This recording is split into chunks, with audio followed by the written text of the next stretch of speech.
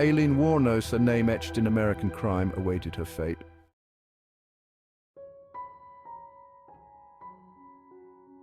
Aileen's life was a relentless cycle of abuse, neglect, and survival.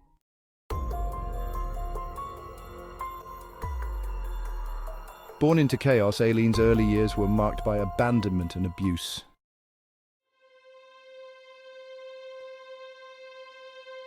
Aileen's teenage years were a blur of transient relationships and petty crimes.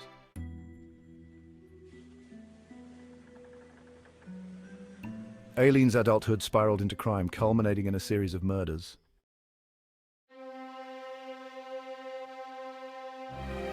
Aileen's killing spree left a trail of bodies and unanswered questions.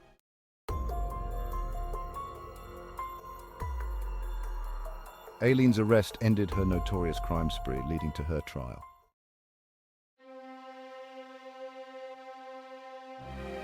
Aileen's trial was a media spectacle, ending in multiple death sentences.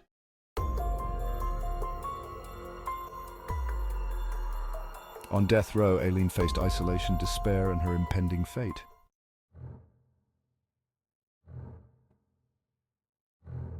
The mental strain on Aileen Wuornos during her time on death row was immense. Her already fragile mental state deteriorated further under the relentless pressure of impending execution. She experienced frequent mood swings, from moments of calm acceptance to outbursts of anger and paranoia. These fluctuations reflected the profound inner turmoil she faced daily. Aileen's mental health was a subject of concern and debate. Some experts believed she suffered from severe mental illnesses, including borderline personality disorder and psychosis. These conditions were likely exacerbated by the isolation and stress of death row. Despite these concerns, the legal system deemed her competent to be executed, a decision that sparked controversy and highlighted the complexities of her case. Throughout her time on death row, Aileen made several controversial statements. She often expressed a desire for a swift execution, claiming it was a way to save taxpayer money and put an end to her suffering. Her statements were a mixture of defiance and despair, reflecting her complex relationship with her fate. She railed against the legal system, accusing it of corruption and injustice, yet at the same time she seemed resigned to her destiny.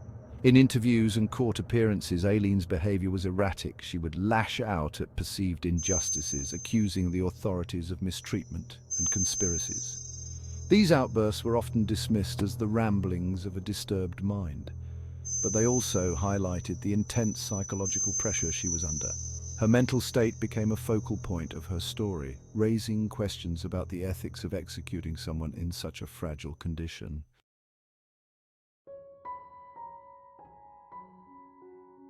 Aileen Wuornos' desire for a swift execution was a recurring theme during her time on death row. She frequently voiced her wish to expedite the process, citing both personal and societal reasons. For Aileen, a quick death was preferable to the prolonged agony of waiting. She believed that her execution would bring a sense of closure, both for herself and for the families of her victims. Aileen's rationale for wanting a swift end was multifaceted. On one hand, she expressed a desire to save taxpayer money, arguing that the cost of her prolonged incarceration and appeals process was an unnecessary burden on society. This practical reasoning was intertwined with her personal suffering. She wanted to escape the mental and emotional torment of death row. For Aileen, each day spent in her cell was a day of unbearable anguish. Her desire for a quick execution also stemmed from a sense of fatalism.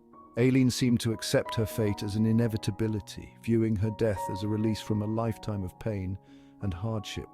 She often spoke of wanting to go home to whatever afterlife awaited her, a place she believed would be free from the suffering she had known on earth. This yearning for peace underscored the depth of her despair. Aileen's wish for a swift execution was met with a mixed response. Some saw it as a pragmatic request, while others viewed it as a sign of her unstable mental state. Her case highlighted the ethical complexities of the death penalty, particularly for individuals with severe mental health issues. The debate over her execution continued until the very end, reflecting the broader societal questions her life and crimes had raised.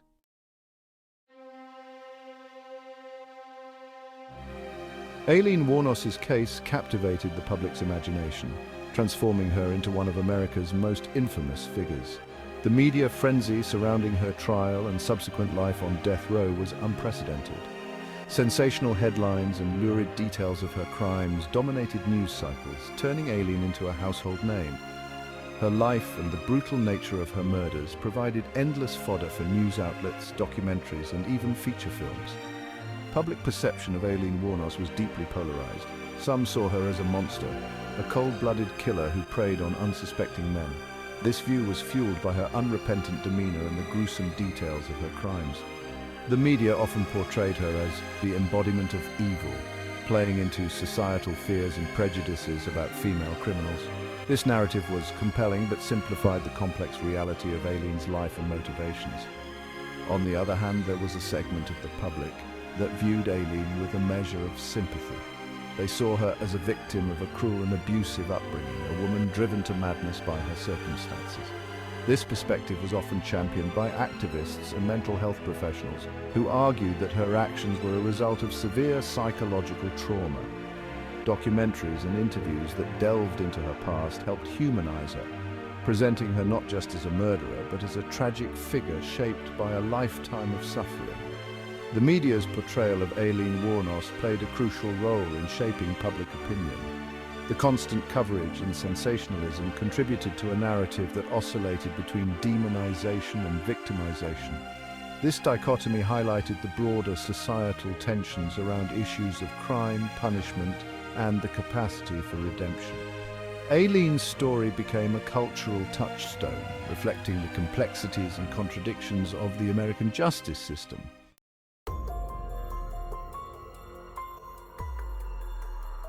Aileen Wuornos' case was fraught with legal controversies and debates. One of the most contentious issues was her mental health. Experts argued she suffered from severe psychological disorders. Despite this, she was deemed competent to stand trial and be executed. This decision ignited debates about executing individuals with mental health issues. Another point of contention was her desire for a swift execution. Her requests raised questions about her mental competence. Critics argued her unstable mental state rendered her incapable of rational decisions. Supporters saw her requests as a rational response to her situation. Aileen's case sparked broader discussions about the death penalty itself.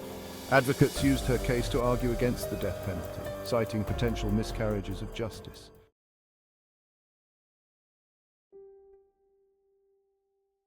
The execution of Aileen Wuornos had a profound impact on the discourse surrounding capital punishment in the United States. Her case became a touchstone for debates about the morality, efficacy, and implementation of the death penalty. The polarized public and legal responses highlighted the deep divisions in societal attitudes towards state-sanctioned execution. Aileen's documented history of severe psychological trauma raised critical questions about executing individuals with such conditions.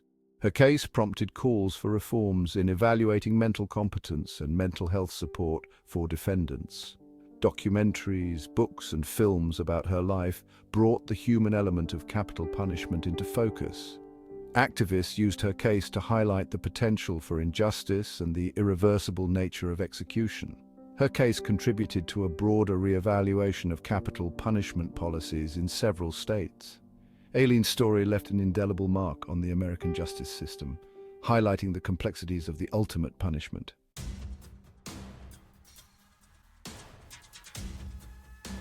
Aileen Wuornos' final days were marked by a palpable sense of resignation and a flurry of emotional and legal activity.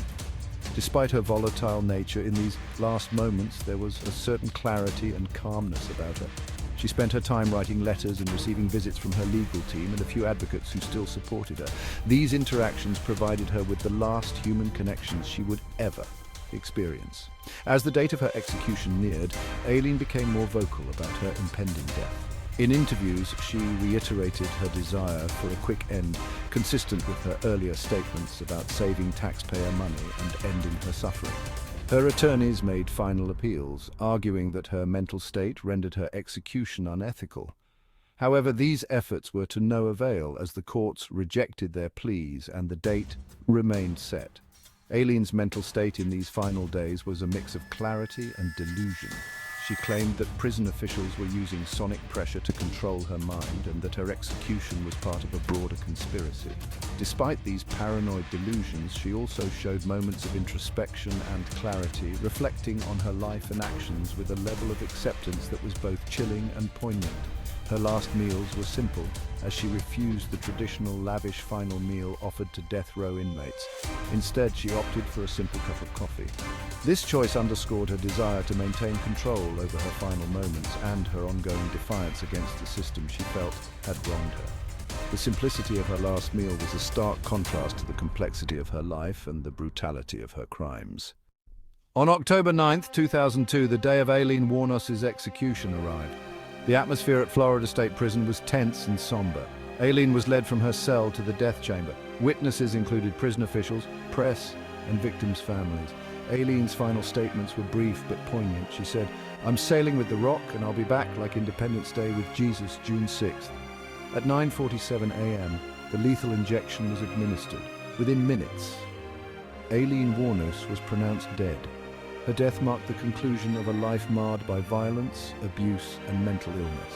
Aileen Wuornos' execution left a lasting impact, a stark reminder of the complex interplay between crime, punishment, and mental health. Aileen Wuornos' life compels us to reflect on justice and societal responsibility. Her story reminds us how abuse and neglect shape tragic outcomes. The justice system's handling of her case raises questions about crime, punishment, and mental health. Her pleas for quick execution reflected disillusionment with the system. These cries were a critique of a system that failed her. Her life on death row underscored the need for compassion in mental health issues. Public and legal responses were divided, reflecting broader societal tensions.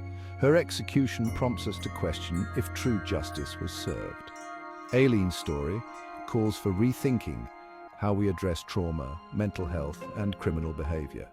The legacy of Aileen Wuornos extends far beyond sensational headlines and courtroom dramas. It serves as a narrative about violence, mental illness, and the criminal justice system.